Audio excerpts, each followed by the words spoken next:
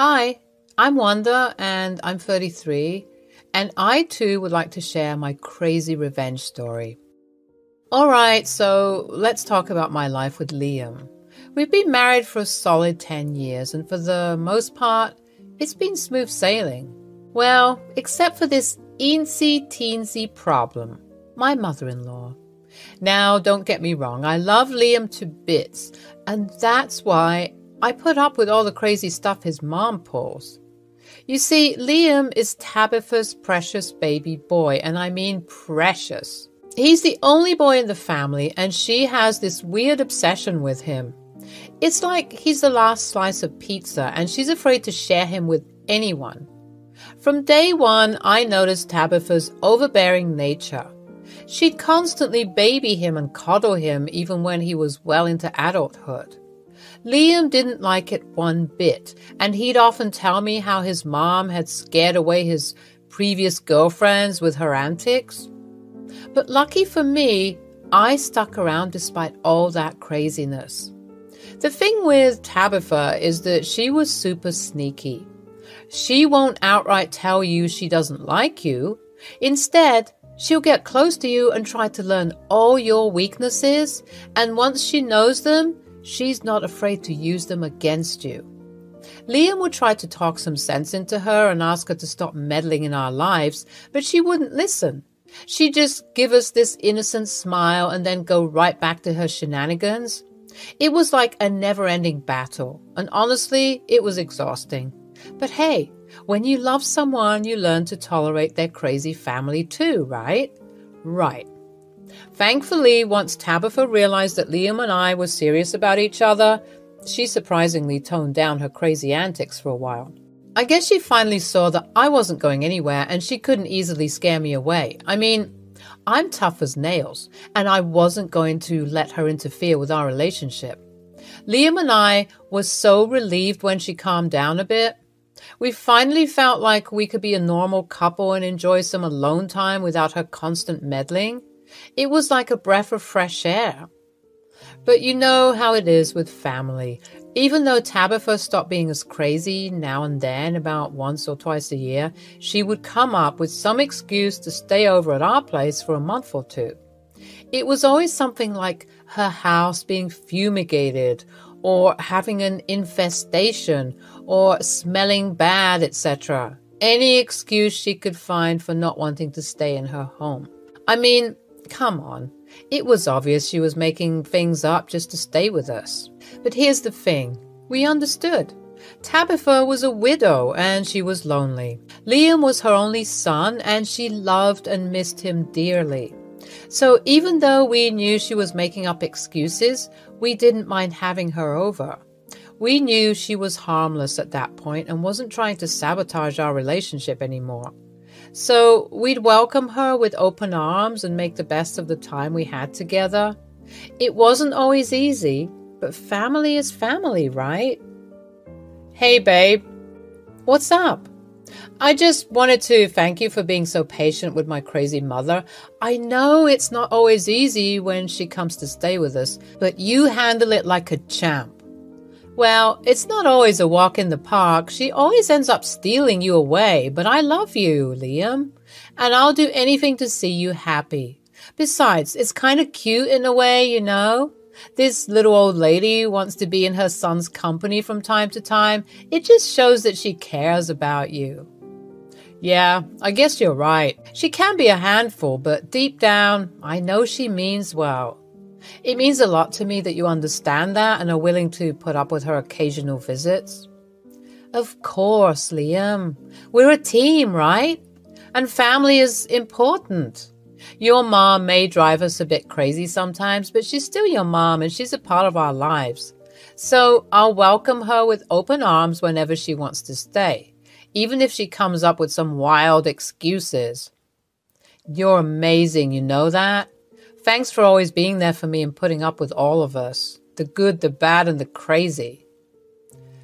It was one of those typical days when Tabitha came for her usual visits. We were all hanging out together as a family, catching up and enjoying each other's company. Tabitha and I were sitting on the couch watching TV, and the topic of attractive celebrities came up. We spent some time giggling and chatting about our celebrity crushes, and it felt strangely nice to bond with her over something so casual. It was a side of Tabitha I hadn't seen before, relaxed and just enjoying a simple moment together. "Oh, Wanda, did you see that actor on the TV? He's quite the handsome devil. If only I was 20 years younger." "You mean George Clooney?" "Yes, he is quite attractive." "I wouldn't mind a ride on that merry-go-round." "Tabitha! Who would have thought? Oh my goodness.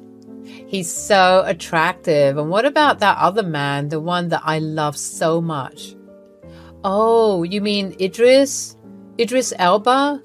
"Yes, him. Honestly, I'd risk it all for that man. If he came up to me, I'd probably leave your son for him." When I said this, I noticed that Tabitha stopped smiling and giggling. "You'd leave Liam for this man?" "Oh, Tabitha, I was just joking. Of course I wouldn't leave Liam for Idris Elba. Or would I?" Wink.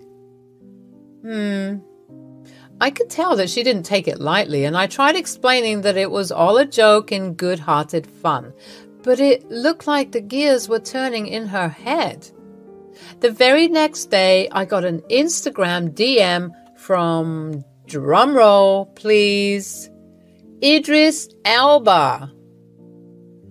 "Why, hello, young lady. I was scrolling and I noticed you, and I just wanted to say that you're the most beautiful lady I've ever seen. Please, can we talk? I would be honored." Yeah, right, as if the real Idris Elba would message me out of the blue. But I played along just to see where this was going, and guess what? It was none other than my lovely mother-in-law, Tabitha. She thought she could pretend to be Idris Elba and try to fool me. Oh, I couldn't help but chuckle when I saw her attempt. The fake account had no blue verified checkmark, 0 followers, 0 pictures, and the one follower on that account was Tabitha herself. I mean, come on. Did she think I wouldn't figure it out? Her attempt at tricking me was adorable. "Babe, you won't believe what happened. I was chatting with your mom yesterday, and we got on the topic of celebrity crushes. You know, just having some harmless fun." "Uh-huh. Well, we were talking about some celebrities we find attractive, and she mentioned Idris Elba. And then I said that I would leave you for Idris." "What? Hey!" "Sorry, not sorry, babe." "Okay, I don't blame you." And then what happened? So after our chat, I got a message on Instagram from Idris Elba. Wait, really? No, of course not. It was your mom, Liam. What? How does she even know what Instagram is? Beats me. Looks like she figured it out, though. How do you know it's her? Okay, first of all, look at the DM. Does this sound real? Liam read the text and burst out laughing. And look, the account has 0 followers, 0 pictures. It's not even verified, and Tabitha was the one and only follower. That's hilarious, but why is she texting you as Idris Elba? Yesterday when I mentioned that I'd leave you for Idris, she got real serious and stopped laughing. Oh. Yeah, I think she thought I was being serious about leaving you for Idris. And you know your mom, she's obsessed with you. So I guess this is her way of testing if I'm going to take the bait. No way. Mom went all out with this one. I'm still impressed at the fact that she managed to use a smartphone. Mom's got some wild imagination, I'll give her that. But honestly, I think she's just having some fun. She loves you and knows you're not the type to fall for something like that. I don't know, babe. I think she thinks she's doing some real detective work. I know she's trying to catch me doing something so that she could come and report it to you. Okay, so what's the plan now? Well, I might keep playing along a bit. I mean, It's not every day you get the chance to pretend you're being wooed by Idris Elba. Liam and I laughed about it a bit more, and I texted Idris back and said, "Oh my goodness, a real celebrity texting me? I'm so flattered." Tabitha almost responded instantly, like she was waiting for my reply. "You deserve to be spoiled, baby. I can show you the world. Are you married?" "Well, I'm a happily married woman. My husband is amazing, and we've been together for 10 fantastic years." "Oh, happily married, you say? That's a shame. I'm sure I can treat you better." "Yeah, it's a shame, but I have to be honest with you. My husband is my world, and I wouldn't trade him for anything." "Come on. Don't tell me you've never been curious about what it's like to be with someone like me. I could show you a whole new world." "Oh, I bet you could. But you see, I've got a good thing going with my man, and I wouldn't trade it for anything, not even for a fantasy with you, Idris." "Don't you want to see how amazing it would be? Trust me, I can sweep you off your feet." You're quite the charmer, Mr. Elba, but I don't think my husband would appreciate that." "Your husband doesn't need to know. It'll be our little secret. We can have the time of our lives." Tempting? Yeah, baby. Have you ever been to Dubai, Mauritius? I hear it's lovely this time of the year. "But how could I get away from my husband?" "You work as a journalist, right? Tell your husband that you have to go on a trip to study something in one of these beautiful places, and my people will handle the rest." "You know what, Idris? That might work. But hey, wait a second. I never told you what I did for a living." At this point, I'm pretty sure Tabitha was panicking, realizing that she messed up because she took 30 minutes to respond. But eventually she texted back, "I'm rich and famous, baby. Do you think I didn't do a background check on you before we started talking?"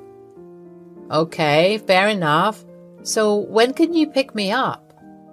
"I can pick you up by the end of the week. Let's meet at a cafe. I'll send you the details." "Okay, Idris. Can't wait." "I love you." "Love you too." This was cracking me up, texting Idris Elba, who was under the same roof as me. The next day, I was just sitting at the breakfast nook when Tabitha stormed in, looking furious. She started yelling at me, accusing me of cheating as she revealed that someone special had sent her screenshots of me and Idris DMs. She thought she had caught me cheating red-handed. I tried my best to look upset, but I ended up having to stifle a laugh, which only seemed to make Tabitha angrier. She was convinced she had pulled one over on me, and boy was she wrong. Tabitha then decided to call Liam, who was at work, and put him on speaker. She spilt the whole story, boasting about how her plan had worked and how she caught me in the act. "No, Tabitha, please don't call him. You're gonna get it. Just wait." I bit my tongue as the phone rang, trying so hard not to laugh. "Hey, Ma, what's up?" "I have some news for you, Liam, and you're not gonna like it. Wanda has been cheating on you." "Oh?" "Yes, and you'll never guess who it is." "Who is it, Ma?" "It's Idris Elba. A very special someone had sent me screenshots of their conversations. I forwarded them to your email. Check them out." "Liam, I'm so sorry for hurting you." "Oh, don't act innocent, Wanda." "Yeah, Wanda, I can't believe you would do this to me. I'm almost done with work, and I'm coming home to sort this out. I'm going to divorce you, Wanda." "Oh my God, Liam, don't speak like that. What about the children?" Liam played along perfectly, pretending to sound hurt and angry on the phone. "They'll understand that I had to get away from you." "Come on, you guys. It's not like I cheated." "Yes, you did. You showed a willingness to cheat, and that's still cheating." "Okay, fine. You got me there, Liam. Give me another chance, babe." No, it's too late. Liam, I swear, I didn't mean to hurt you. I can't believe Tabitha would play such a mean trick on me. Well, maybe now you'll think twice before trying to cheat on my son again. Yeah, I trusted you, Wanda. This is disappointing. I'm so sorry, Liam. I'll do whatever it takes to make it up to you. Nothing will make up for this. I'm done with you. Just wait until I get home. I'm getting the papers as we speak. Then Liam hung up the phone and I had to keep up this charade until he got home. Tabitha looked so proud and smug about what she thought she'd accomplished, but she was in for a rude awakening. When Liam got home, he stormed into the house with a serious expression, and he looked right at his mom, Tabitha, saying, Idris, it's time for you to pack your bags. Liam, what are you talking about? Why are you telling me to pack my bags? And why are you calling me Idris? The jig is up, Mom. We knew it was you all along. You were the one texting Wanda and pretending to be Idris freaking Elba. I have no idea what you're talking about. I would never do such a thing. It's beneath me. Come on, Tabitha. Let's not pretend. You made it way too obvious. No profile picture, no followers. It was so transparent. A for effort, though. Wanda's right. We knew from the start, but we wanted to see where this was going. You gave us a good laugh. Okay, fine, it was me. I just wanted to test Wanda's loyalty. Test my loyalty? All because I made some stupid joke about Idris Elba? Liam and I have been married for 10 years. When will you accept that I'm not going anywhere? Mom, this has got to stop. We can't keep going through this. I thought you'd changed. I don't know what you want me to say, Liam. You're my baby boy and I love you. Aw, I know, Mom, but I'm a grown man. You can't keep trying to coddle me and test my relationship. I love Wanda and she loves me. You're wasting your time when you do these things. Tabitha, we love having you around, but you need to stop these games. We're a family, and you can't keep trying to sabotage that. Wanda's right. We need some boundaries until you can fully accept our relationship. This isn't right. How can you kick your mother out? Mom, please don't make this difficult. Tabitha packed her bags with a mix of anger, disappointment, and understanding.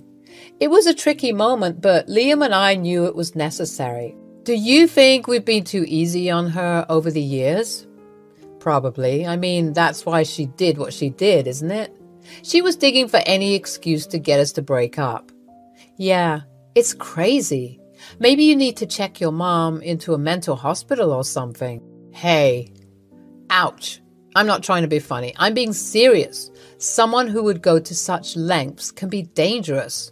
We had good fun because she's a little old lady. She can't hurt us if she tried, God bless her soul. But I feel like some deep attachment issues need to be discussed. You're probably right.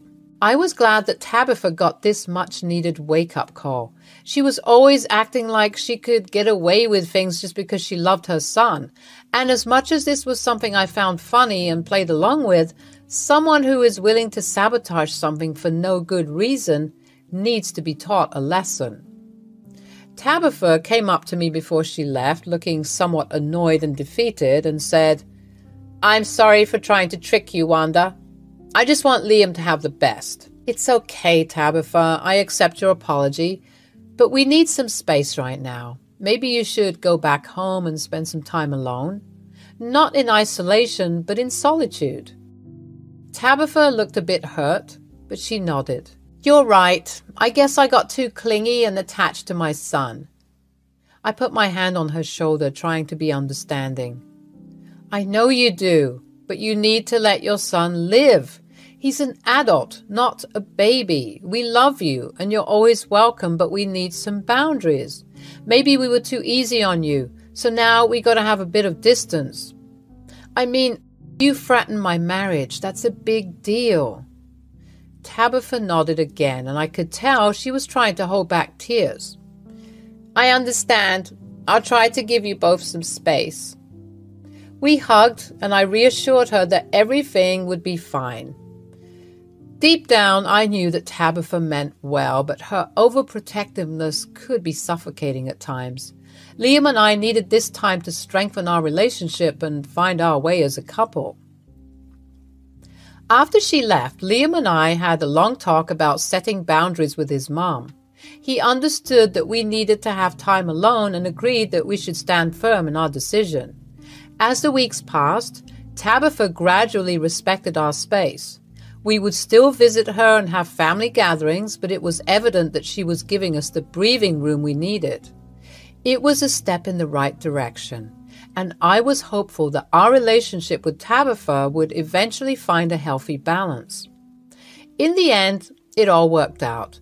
Liam and I grew closer than ever before, and Tabitha learned to trust our love for each other. We created a happy and loving home, and we were grateful for the experiences that had brought us even closer together. As she left, Liam put his arm around me, and we looked at each other with a sense of relief.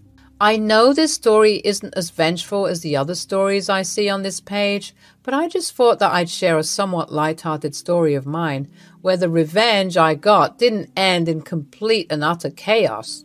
Rather, just a teaching moment for someone who I still care about dearly.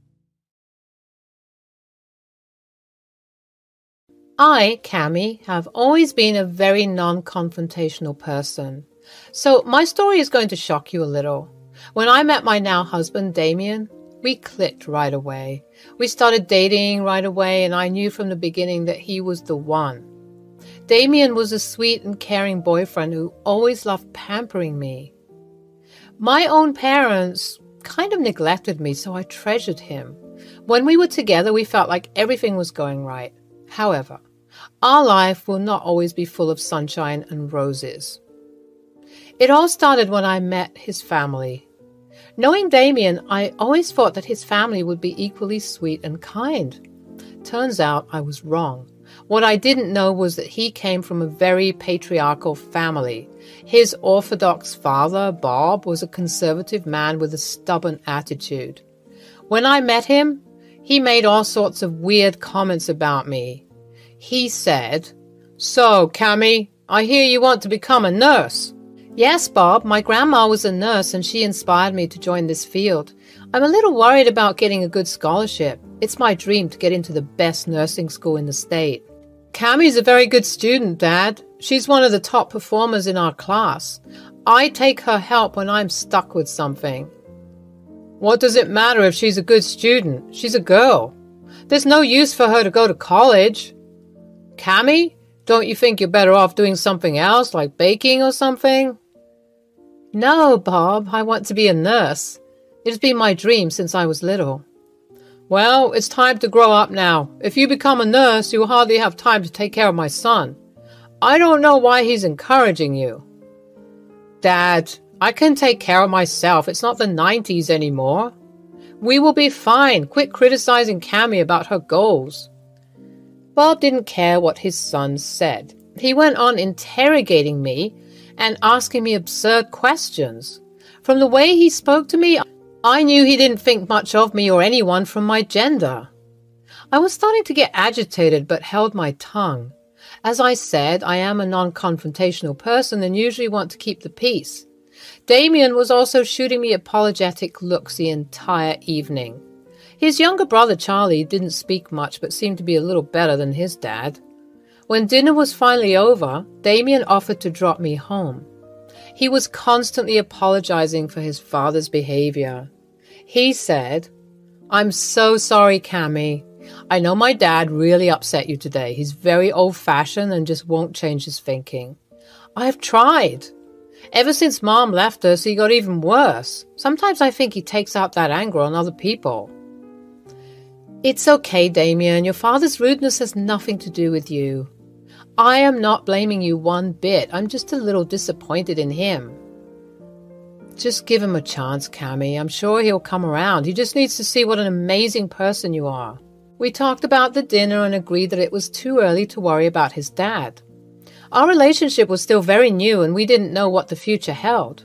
Bob, however, did everything to convince me to give up my studies. It's like he had an obsession with me being a housewife. I told him multiple times that I wanted to work and be a nurse. He never really seemed to listen to me. After graduation, I and Damien finally got into our dream colleges. He pursued a degree in architecture and I started a nursing program. I and Damien lived close by, but avoided staying together. I had a very hectic schedule and didn't want to be distracted. Damien was still living with his dad and Bob didn't want me in the house. Things were slowly getting better after Damien got his place. With graduation near, Damien decided that it would be the best time to propose. He popped the question the day after our graduation. We were ecstatic and looking forward to telling our family. My family, as usual, was very dismissive about the entire thing. Nonetheless, they were happy for us.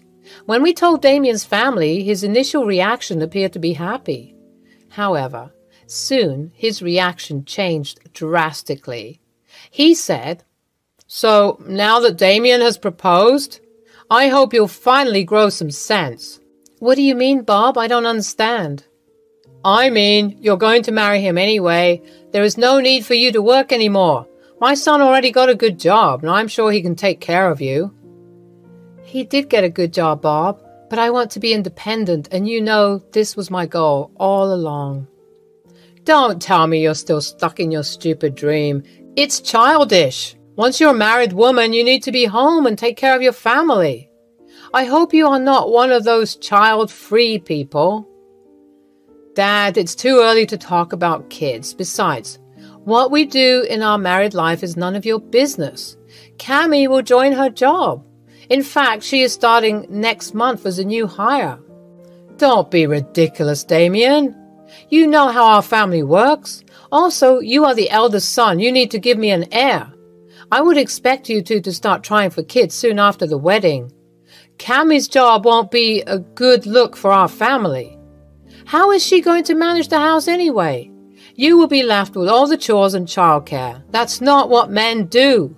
"Bob, I will manage everything just fine. We will split the chores. It's not like I will neglect Damien and our future family when I work. You can have faith in me." "That's easy for you to say. No wonder your parents don't keep in contact with you. If you were my daughter, I wouldn't let you join college anyway." Bob's words were incredibly hurtful to me. I genuinely thought that he was going to change.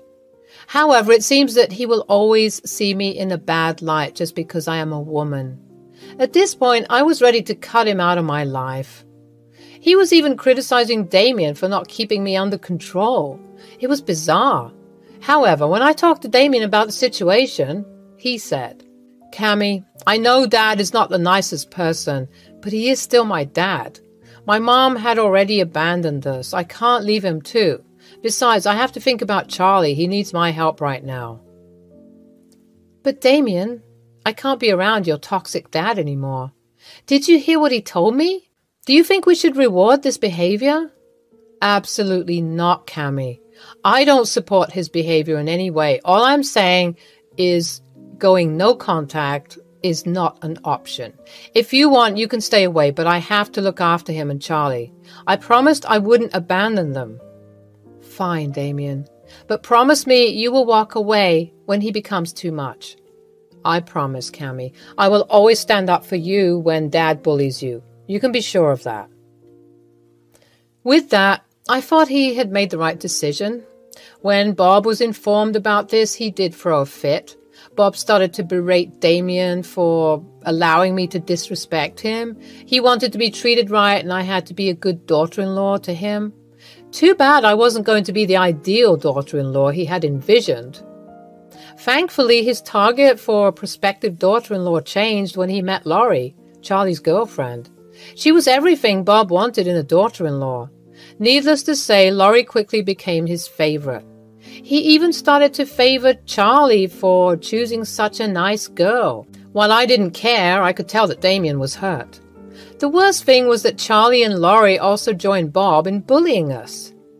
During our wedding rehearsal, they sat with us and criticized all my choices for the wedding. They also berated my husband for spending so much money on my demand. Charlie said, "Hey bro, your wife sure did milk you out of a lot of money. You need to get yourself under control. Before you know it, she'll be ordering you around and making you the wife." Yeah, I've been telling him that. Turns out he never listened. It's not long before he gives up his job and becomes a housewife instead. He might as well just give up now. You need to stop disrespecting my fiancé like that. Just because he treats me with respect doesn't mean he deserves your bullying. Also, this wedding was equally funded by the both of us. Oh my God, Cammy, you need to watch how you talk to Bob. He's your father-in-law. I would never imagine talking to him like that. Have your parents taught you anything? Besides, I think Damien can speak for himself. He could speak for himself before his wife took over the reins. Bro, is your wife limiting your speeches as well? Everyone just laughed while Damien sat quietly. I could see that he was extremely upset. When it came to me, he would always speak out. However, when people attacked him, Damien tended to just take the bashing. However, I wasn't going to let it happen. From then on, I swore I would grow a spine. Now that I'm married into this family, I won't let them bully us. However, my relationship with the trio was just about to get worse. 1 year after the wedding, I found out that I was pregnant. We weren't exactly trying for a kid, but me and Damien were ecstatic. I was still in contact with Bob, Charlie, and Laurie, so Damien decided to tell them the news. After they heard about my pregnancy, Charlie and Laurie never reached out. I did not hear a peep from them. However, Bob was super happy about the pregnancy. Suddenly, Bob was extra kind and caring towards me. He even brought me gifts and paid a lot for setting up our nursery. We did offer him money, but he refused, saying he wanted the best for his grandson. We didn't find out the gender because we wanted it to be a surprise. However, Bob was convinced that we were having a boy. Honestly, it did rub me the wrong way, but I ignored the feeling because Damien was happy to have his dad back in our life. However, Bob's attitude towards my job never changed. One day, when Damien, Bob, Charlie, and Laurie were out for dinner, Laurie said, "So, Cammy, when are you quitting your job?" "Excuse me? I don't understand." "You know, with the child on the way, you need to start changing your priorities. If I was you, I would never sacrifice my time for my job. My child would need me, and I wouldn't be selfish enough to leave him alone." "Our baby won't be alone, Laurie. Thanks for your concern, but you and I are not the same.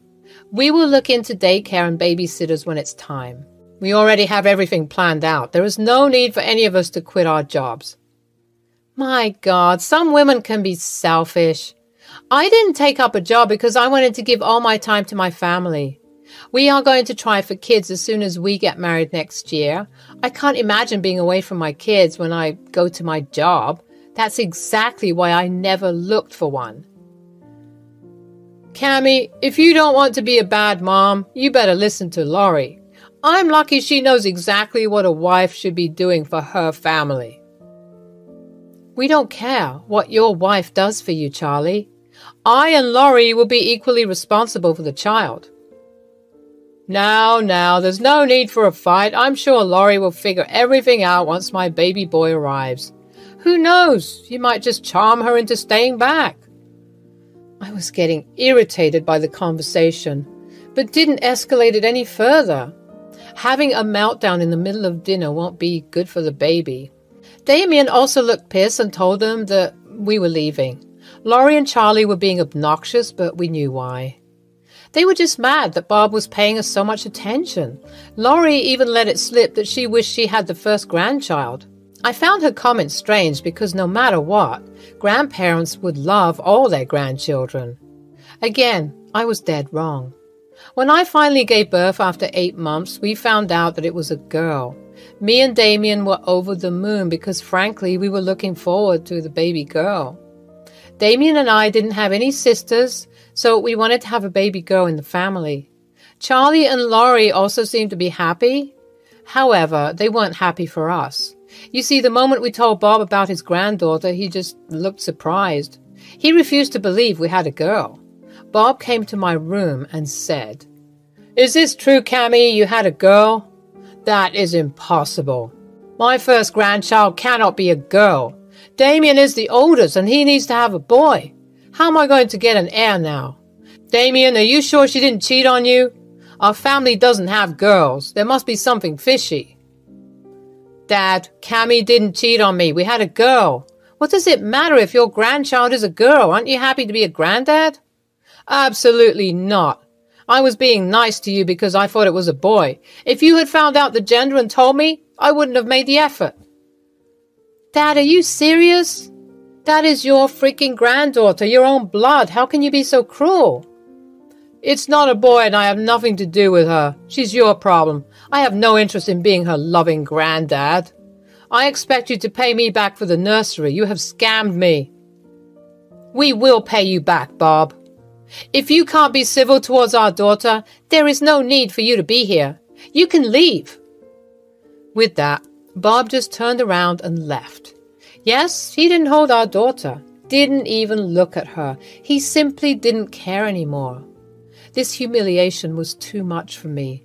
Damien broke down crying when Bob left. He couldn't believe his dad could be so cruel. However, we were skeptical about going no contact again. We wanted our daughter to have a relationship with him. We were both hopeful that he would come around. Our little girl, Chrissy, is our world. She is the kindest and most well-behaved child we could ask for. I and Damien were extremely happy to have her in our life. Christy was a general sweetheart and extremely good at her studies. She became an A student in her class and was loved by everyone. We tried to facilitate a relationship between her and Bob. While Chrissy loved her granddad, Bob wasn't that keen on being involved. What little attention he gave her disappeared when Charlie and Laurie had a son. Since Andy's birth, Bob did everything to make Charlie and Laurie comfortable. He even gave away a part of his income to support their household. Andy was a pampered kid who became very entitled. Since Laurie didn't work, it was becoming hard for Charlie to finance their luxurious lifestyle. Bob, being the doting grandpa he is, sponsored Andy's expensive demands. He was civil towards Chrissy, but never that involved. When Chrissy was a teenager, we had the worst fight with Bob. It was Christmas and we were invited to Bob's house for the celebration. When we went there, we saw that his house was filled with pictures of him and Andy. Chrissy said, "Grandpa, why don't you have any pictures on your wall? You have a lot of Andy's pictures. I don't remember you even asking for a picture with me." "Well, that's because Andy is my future heir. He's going to be the head of this family soon. You are just a girl who will be married off. I don't need a picture of you in this house. Besides, this house will go to Andy when I pass. He is the sole heir of everything I have." "So you won't leave me anything?" "Why, Granddad, did I do something wrong? You are even paying for Andy's college fund. Why am I being excluded?" "Because he doesn't love you, Chrissy. He's my grandpa, not yours. You'll never be as good as me. Grandpa knows who his favorite grandchild is." "Grandpa, is that true? You don't love me at all? But why?" "Because you are a girl, you dumb thing. Grandpa always wanted a grandson. You are basically useless to him." Before I could intervene, Chrissy started to cry. She kept asking Bob if it was true. Bob simply refused to look at her. Charlie, Laurie, and Andy were just laughing at Chrissy because she was crying. Me and Damien were furious. From that day, we decided they would no longer be in our lives. I also prayed to God that I could teach them a nice lesson when they eventually realized their mistake. Chrissy was heartbroken for an entire year. She tried to get in touch with her grandpa and solve everything. However, he was ignoring her calls. Bob even called us up and told us that he didn't want to remember he had a granddaughter. We were furious and told him never to contact Chrissy again. After a while, Chrissy realized that she didn't need to have them in her life. I and Damien constantly assured her that we loved her and that was all that mattered. We put her into therapy to get better. A few years later, Chrissy got into a great college. Her grades were amazing and she easily landed her dream job as a software engineer. By the end of 1 year after college graduation, she was earning a very high income. We were super proud of her. She had outshone almost all her peers. Andy, on the other hand, was not going so well. One day we suddenly got a surprise visit from Bob. He hadn't visited us since the Christmas dinner, so it was rather confusing to have him here. Damien was extremely mad and immediately told him to leave. However, I was really curious and wanted to hear him out, so I invited him inside. "What's the matter, Bob? You haven't shown up here since the Christmas dinner. Hell, you didn't even call us except to say you don't want to be in contact." "I know, I was just caught up with work. It's been years, so I thought I should visit." "Cut the crap, Dad. Just tell us what you want. I know you better than to expect anything pleasant." "I heard Chrissy has joined a big company as a software engineer, and I was hoping I could talk to her." "About what exactly?" "You see, Andy had dropped out of college. I did my best to support him, but he just wouldn't take his studies seriously. He blew through his tuition money on alcohol. I did take a mortgage on the house for his college, but he has spent it all. I was hoping Chrissy would be able to help him get a job." "Are you serious right now? You want Chrissy to vouch for your loser grandson?" "We are family. I'm sure Chrissy will want to help her little brother." "Wait here. I'll be right back." I went to my room and brought out my old phone. I didn't use it anymore, but it was special for a reason. I opened my phone and selected a picture. Then I showed Bob the picture. It was the same photograph of him and Andy that Chrissy saw in his house. Bob was speechless. I said, "If she is family, Bob, where is her picture? Do you even remember, or have you conveniently forgotten how you said she doesn't matter? You were the one who said you don't want a granddaughter. Suddenly you think she's your family?" "Look, it was a long time ago. We are still family. We don't hold grudges. Look, I even showed up at your house on my own. I will be happy to reconnect with Chrissy." "And will you include her in your inheritance, or is that still reserved for Andy?" "I don't have much anyway. I spent it all on Andy. The house is all I have left. Andy needs my help. His parents cannot support him anymore. They'll kick him out. I don't earn enough to support him now." "There is no way my daughter is helping your loser grandson. He doesn't even have a college degree. Do you think my daughter's company takes college dropouts? You must be kidding yourself. Andy deserves this. If only you hadn't coddled him so much, he would have at least had a job." "You made your bed, and now you need to lie on it. You decided to spend all your money on Andy. Chrissy had made it clear she would never help you out, even if it was the end of the world. I suggest you leave. We have nothing to say to you anymore." Bob left, but kept spamming us with calls. He was desperate for help. Turns out Andy has been living with him for the past year. He has already trashed his parents' place after they refused to support his unemployed ass. Bob, being the loving grandpa, had to take him in. However, he could no longer put up with his behavior. Bob even showed up at Chrissy's work to try and talk to her. Chrissy simply told him to leave before she called security. When Bob kept begging her for help, she agreed to give the money in exchange for the house. Bob refused to sell her the house, so she just left him there crying on the pavement. A week later, Bob called us and told Chrissy that he was ready to sell. He simply wanted Andy out of the house. He was planning to move far away where Andy couldn't follow him. Chrissy agreed to buy the house and the papers were drawn. When the sale finally happened, Bob did ask for a relationship with Chrissy. However, she told him that he had lost that right long back. Hi, I'm Megan, and this is my story. I'm 32 and I work in an advertising agency in San Francisco, California. I do not have kids because I was never really ready to be a mother, but I think I'm glad that I didn't have a child. My life was a mess after I got married.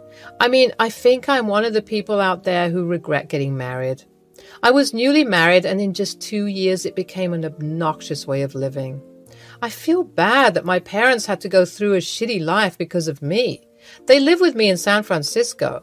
They have always been super supportive and guarded about my personal life to strangers. They didn't deserve this. This was truly my fault. I was a pitiful person who had no talent for recognizing people's intentions. I just found anyone nice to me an angel. When I sit here and write, I reminisce about the first proper time I met Jeffrey. It was an unremarkable afternoon when I first laid eyes on Jeffrey. I just started my new job at the advertising agency, and the air was filled with the buzzing sounds of ringing phones and the hum of coworkers engrossed in their work. Little did I know that this ordinary day would mark the beginning of a journey that would forever intertwine our lives. And of course, the day I put myself into the mess. As I navigated through the maze of cubicles, I noticed him, a tall, bespectacled man with an air of quiet confidence. Jeffrey. He had a kind smile and a genuine warmth that drew people in. It wasn't long before our paths crossed, as fate would have it, during a brainstorming session for a client's campaign. "You are the newbie, right?"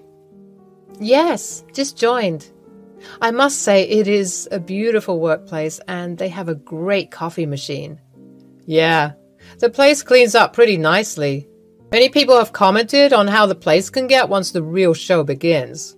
You get so many meetings to attend that are sometimes just an excuse to give boring lectures. But our employer is pretty chill." "How many breaks do we get here? I need small breaks because my back gives up on me like anything." "Oh, really? Mine too." "There are good sitting areas around the office. You can always change your positions whenever you feel uncomfortable." "Okay. And the coffee machine is right there." "Well, which cubicle are you in? I mean, it's nice to get to know someone, and even better if you get to sit beside them." "Oh, yes. My den is the one in the first row, 3 seats on the left." As we got to know each other, we found ourselves paired up for the task, exchanging ideas and engaging in lively discussions. His creativity and intelligence impressed me, and I admired his ability to think outside the box. We shared a natural synergy, bouncing ideas off each other effortlessly. Our connection extended beyond the confines of the office walls. We discovered common interests, from a love for indie music to a shared passion for exploring hidden gems in the city. As the weeks turned into months, our professional camaraderie blossomed into friendship. "Hey, I got these 2 concert tickets. Want to check it out with me?" "Oh no, the underground ones. You know how claustrophobic I am. I'll probably faint from the obnoxious smell and sweat." "Oh, come on. This is not those kind of ones. This is a cafe nearby. One of my favorite indie artists is coming to perform. Come on. We'll have fun. Plus, we're going to get a discount on the food that will be served because we have the tickets. Their pasta is really good. You would love it." "I have a curfew, you know. My parents are very particular about me coming back before 10. And I am pretty sure concerts start very late at night, no?" "Well, technically they are starting around 8, but we can reach there before time, like around 7:30, or have some food and chat until the performance begins. We can rest a while, and I promise I will drop you home by 9:45, okay?" "Oh, okay, fine. But if this turns out boring, you will pay for everything." Friendship brought us closer, and it helped us get to know each other even more without feeling any sort of attachment. And all the must-be's and would-haves. Just plain old buddies hanging out. We thought this wouldn't spark any further until an impromptu after-work gathering that the spark between us truly ignited. Amidst the clinking of glasses and laughter, we found ourselves lost in conversation, our voices drowning out the noise around us. Time seemed to stand still as we delved into deeper topics, revealing our fears, dreams, and vulnerabilities.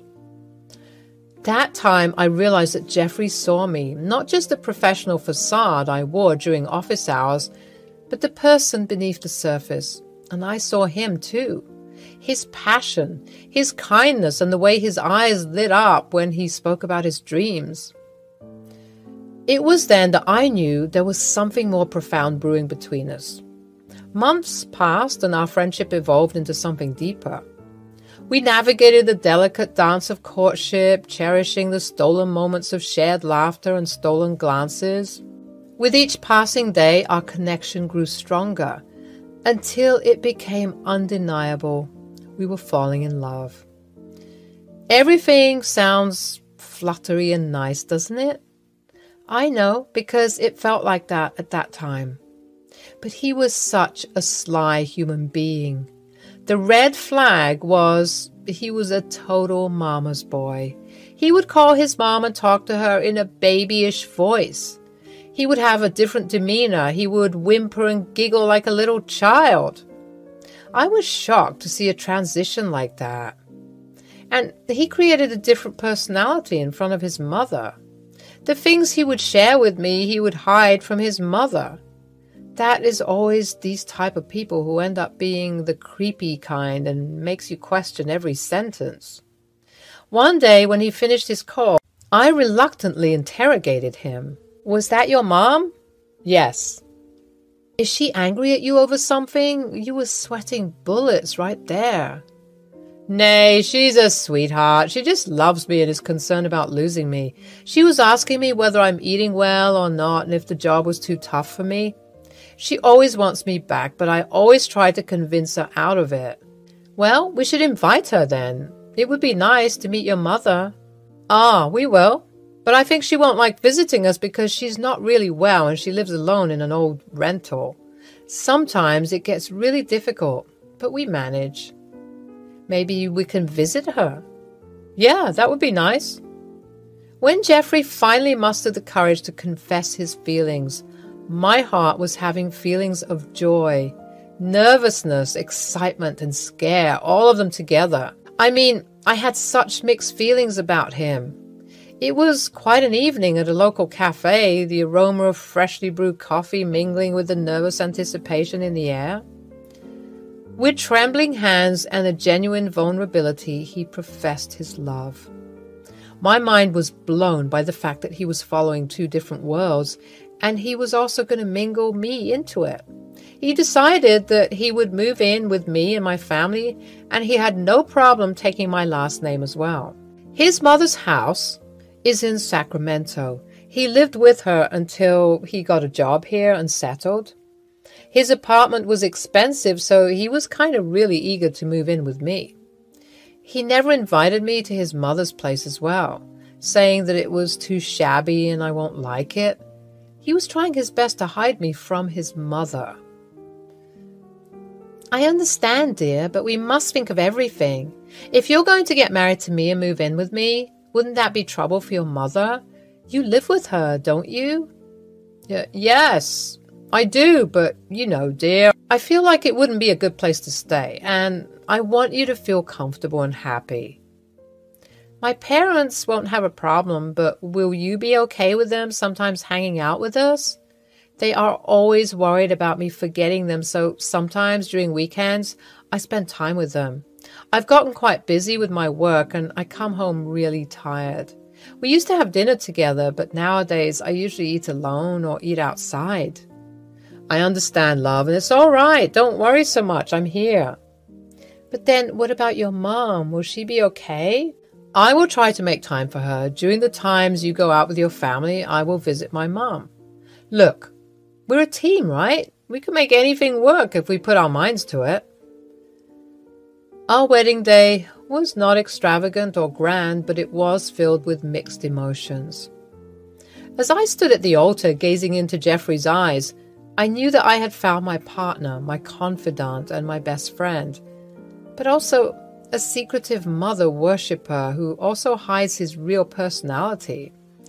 Sometimes I wondered which one was his real side, the one he shows me or the one he shows to his mother. That evening, our journey had come full circle, from colleagues to friends, and now as husband and wife. But things took a sharp turn. I didn't know that the change would happen drastically. It felt like there was a small dent in our perfect picture frame. I find myself grappling with a peculiar sense of simplicity and monotony.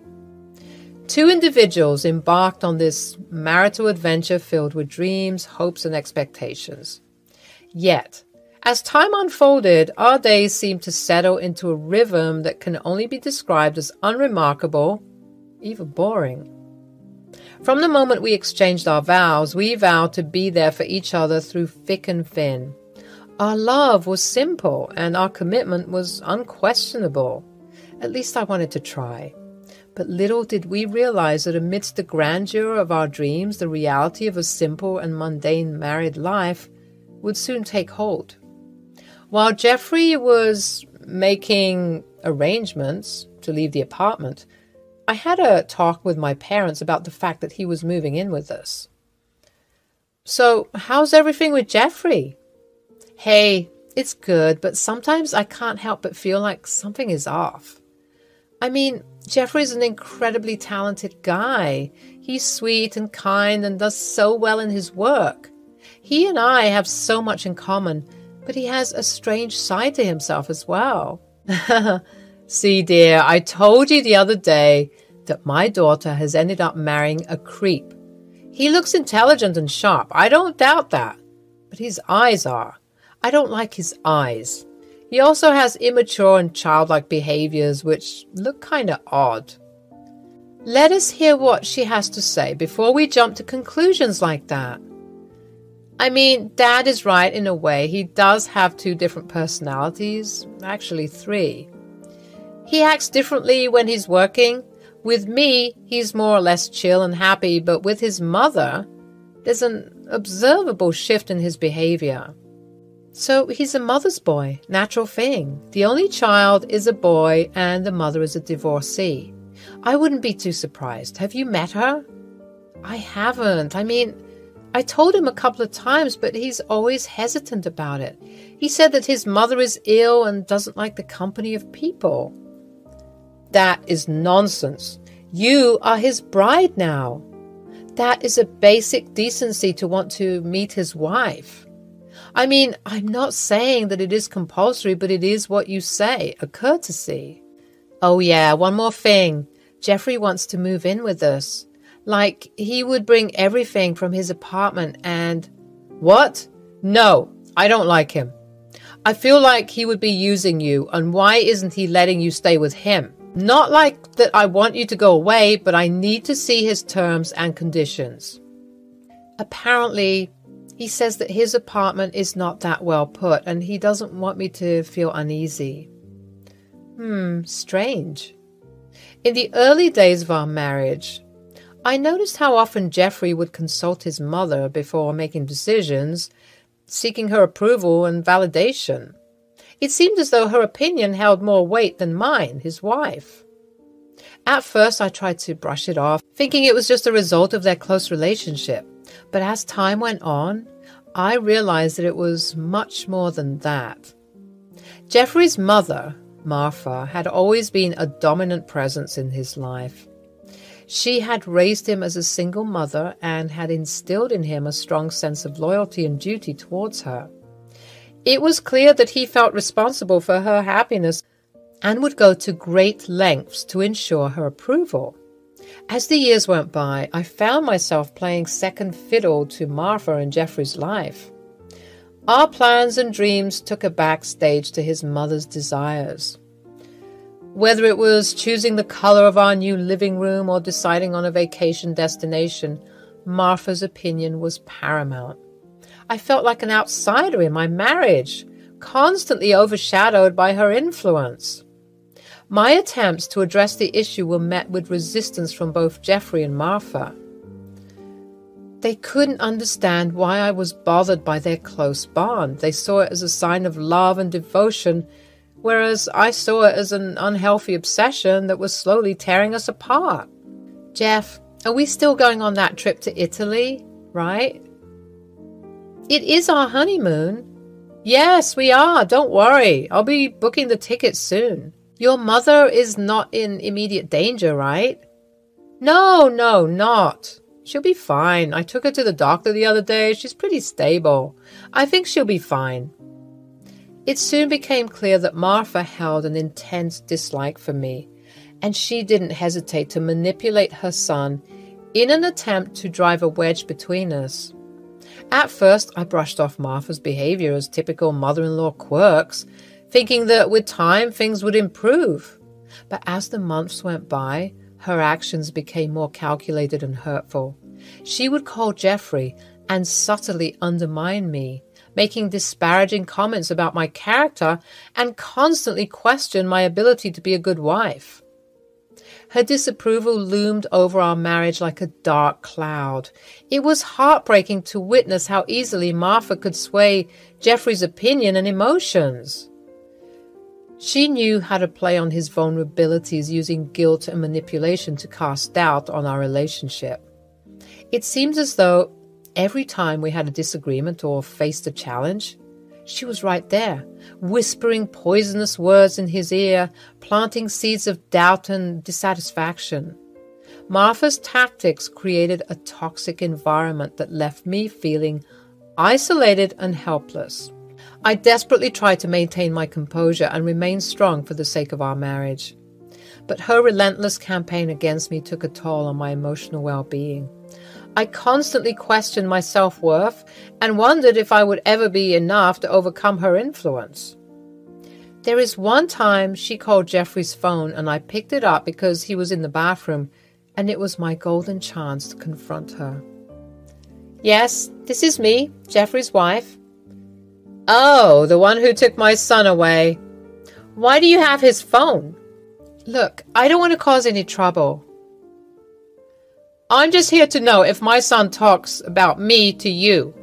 "Oh, yes, he does." "You manipulated him to stay with you. He comes to me seldom nowadays, all because of you. I always told my son not to fall for girls like you, but you bewitched him by showing him your property and money and looks." "Look, I said no such thing to him. He was the one who wanted to stay with me. I discussed it with him. That is not what we decided on. I love your son. Please try to understand I always ask him about you." Martha cut the call. She made a scoffing noise of disgust. I realized this was going nowhere. Our Italy trip didn't happen. My job made other plans. We were told to go on a small business-related trip to Korea. One of our marketing agencies wanted to collaborate with their brand. I had to go. I apologized to Jeff a lot, but he was strangely okay with it. He just told me to have fun and call him from time to time. I was feeling so low about our trip getting cancelled, but he didn't seem to feel anything at all. Is he really okay with it, or is he suppressing his actual emotions? I told him I would be back in a month. The day I left, my parents were there, but strangely, Jeffrey wasn't. When I called him, he apologized and said that he took his mother to the hospital for an emergency. He felt bad for not being there. I didn't say anything much to that. The Korean trip was wonderful and everything seemed pretty well. I managed to video call Jeffrey, but he was always in a rush. At first, I didn't think much of it. I thought maybe he was busy or something. But when I called my parents, I got to know a different story. "Yeah, he's been here, but he hardly talks to us. He shifted permanently here after you were gone. He does not spend much time with us, just a simple hellos and highs." I see. Anything else? What is he doing and all?" "Well, no, he always seems to be in his room and doing work or talking late at night with someone. Maybe his mom? I don't know." "Okay. Is he going to the office?" "Well, he does go somewhere and comes back home during dinner time. He has brought some kind of stuff with him, like some game stuff, a stereo, a camera stand, all that." "Oh, okay. Well, all right. I'll try to talk to him again. Thanks, Mom. Take care." Things were getting quite complicated. Suddenly, one day, a few weeks before my flight back to Cali, I got a phone call from my mom. She was devastated and crying profusely. I was baffled by whatever happened, so I calmly told her to explain what happened. She said that Jeffrey brought his mother to our place and locked them outside the house. They went for dinner, just the two of them. Jeffrey took that opportunity to seize them. They took shelter in a motel just for the night. I was furious. disgusted and felt like a ticking time bomb. My heart was beating so fast I was scared it would explode. I knew this man needed a lesson. I had some neighbors who loved my parents. They would do anything for them. Cops were called, but they thought this was a silly case and that I needed to be present to take action. I took an instant flight home. By instant, I meant it took me 2 days to get a ticket. By the time I reached, it was midnight. That fool didn't know I had a spare key with me at all times. I called a few of my neighbors and they were purely shocked at how my parents didn't go to them for help.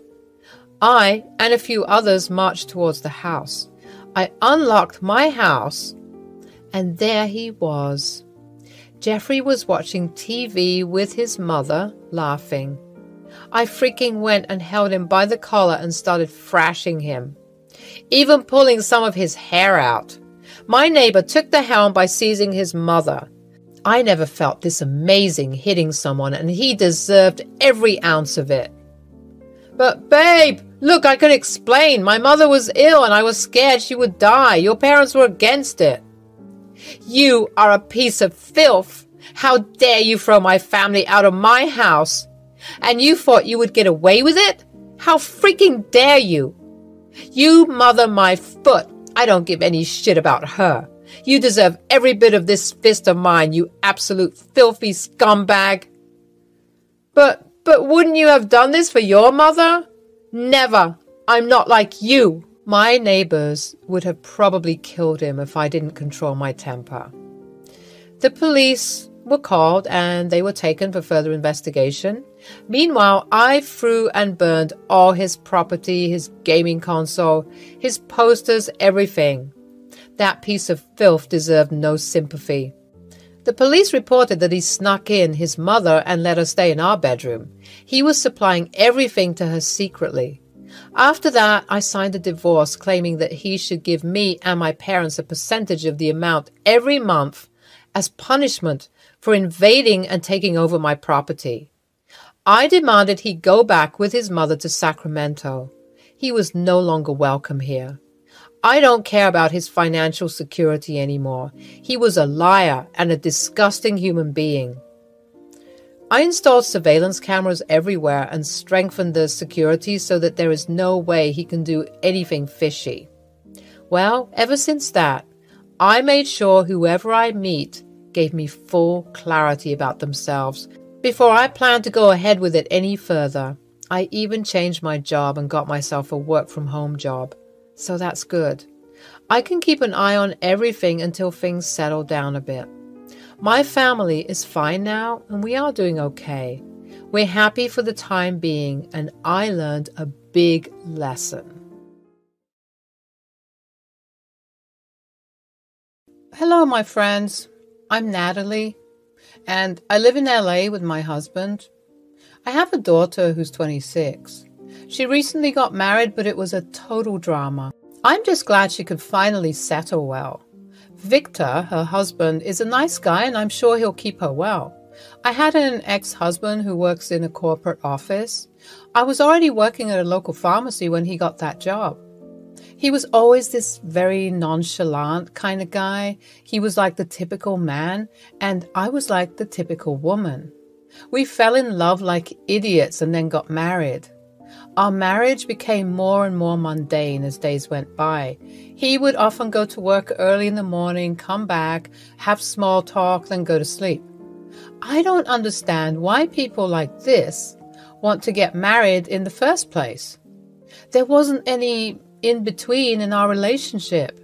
Everything was extreme. Either he would love to bomb me with parties and gifts, or he would give me a cold shoulder for the rest of the day.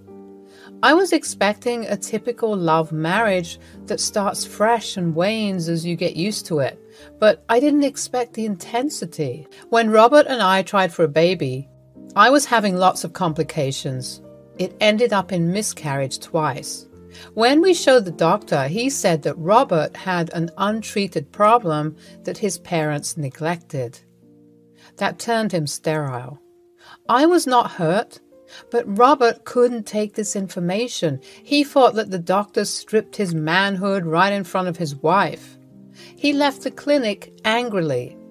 When I reached home, I saw he wasn't there. He came late at night. Where the hell were you? I was with James and Kobe. And why exactly? 'Cause you were mad at what the doctor said? Are you a child, Robert? Don't bring that shit up. I don't care what he says. We will keep trying, okay? Are you insane? I had gone through enough pain. I can't go through this again, please. Then what the heck do you ask from me, woman? I'm requesting you to think of other possibilities. We can always IVF or adopt. There's a beautiful orphanage place around this area. I saw it while going out for a walk. We can go together. Do you even hear yourself? You want someone else's sperm inside you? The baby might not even look like me, and speaking of orphanage, I don't want someone else's child as mine. We don't even know how they would end up. That is utter nonsense. Rather, I say, let's take a break and try again. How pathetic. And you took a vow for me? You are hilarious. When you said you loved me, you probably lied on my face. You know what? You are sleeping on the couch tonight. I shut the conversation and went up to our room and slammed the door. I can't believe Robert had such a poor way of thinking. When we first met, he never really showed this part of him. If he did, I would have thought otherwise.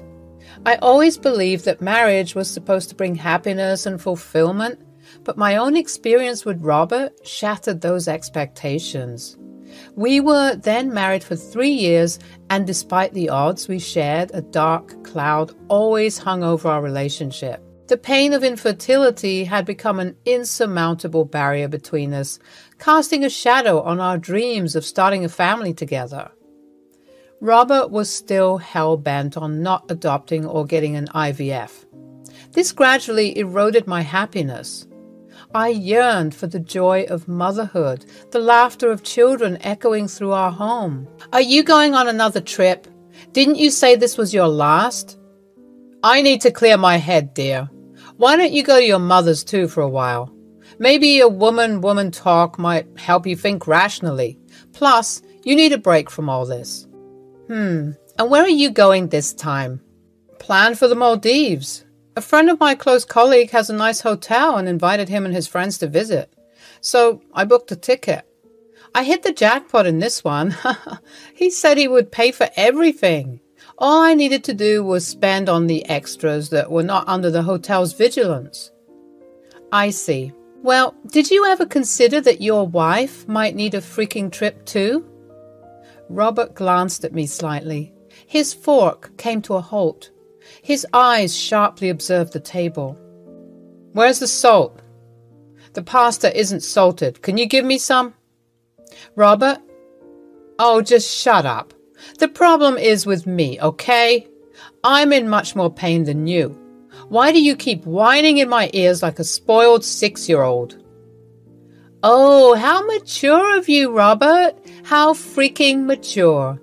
Do you even see me? What am I going through? I at least try to tend to your needs and everything else. I have given my all. What are you giving me? Robert gave me a death stare. He just took his plate and went to the couch to watch some TV. I sat there silently contemplating my future with a man who gives no shit about my feelings. My friend Lola had always been my constant support in times of such circumstances. She came to visit me when Robert was out for work. I'm so happy you took a day off today. This was a definite must. Yeah, I guess. So, how's everything with Robert? I sighed.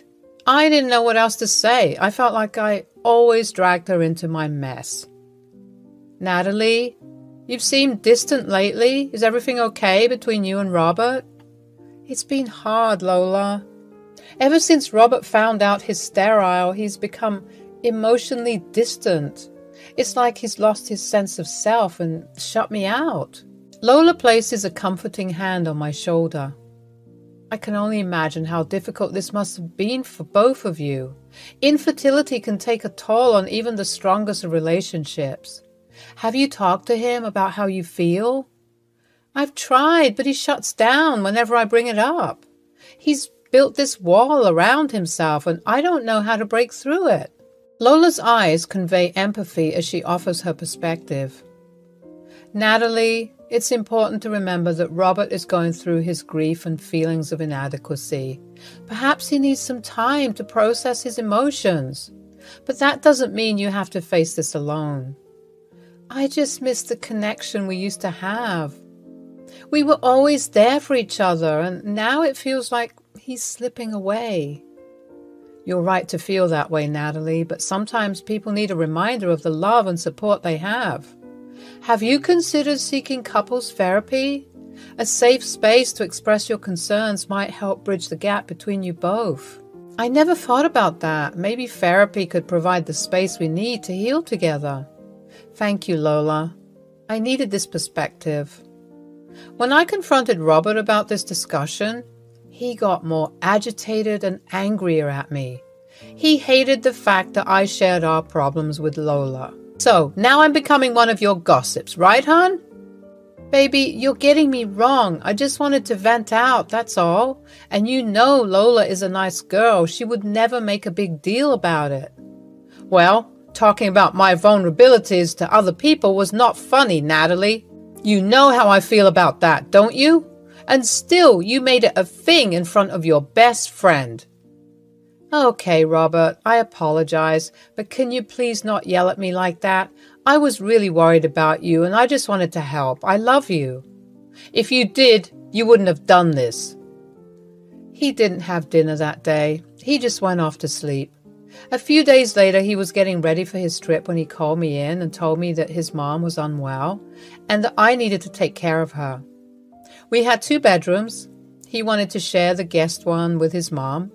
I was not upset about it. I just told him that it would be difficult for me to do everything since I had a job too. Well, keep a nanny then. That would be an extra cost, you know that. Then who will take care of my mother? Just don't worry about the money, Natalie. I will provide it too. But that never really happened.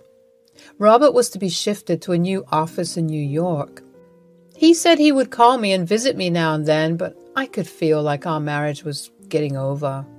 I wanted to spend a proper date with him that night. I took him out for dinner and had great food. We had fun, as one would normally do, but we also felt strained. After a few days, he left me. His mother started living with me. She was really old, but had one heck of an attitude. She was giving the nanny a hard time. Sometimes she would not eat. Sometimes when she did eat, she pretended to be sick. There were so many false scares that I had to take care of. I was getting tired of this. I wanted a break, like a real one. So I decided to go clubbing. That's where I met Louis. I never thought I would find myself caught in the web of an extramarital affair, but life has a way of surprising us with its twists and turns. It was a breezy evening when I first met Louis. We were both attending the same club, and from the moment our eyes met, an inexplicable connection sparked between us. He possessed a magnetism that drew me in, and as the night progressed, our conversations became deeper and more intimate. I found solace in Louis's presence, a refuge from the mundane routine of my married life with Robert. Our conversations were filled with shared dreams, hopes, and a level of understanding I had never experienced before. Louis made me feel seen, desired, and alive in a way that had long been absent from my marriage. Why are you still with him? You are stunning, Natalie, and you deserve someone who knows how to adore that personality. Your husband sounds like a total douchebag. No offense. I don't know. Maybe it's because I love him a lot, or maybe I think I still love him. I mean, understand that he is going through a lot, but he should know he's not going through this alone. I'm here, and I have never for once forced him into anything. He doesn't like the sound of IVF or adoption, but I don't get it. What's so wrong with seeking a different alternative? Damn, His personality screams insecure. Well, some guys just don't like considering their partners as equals.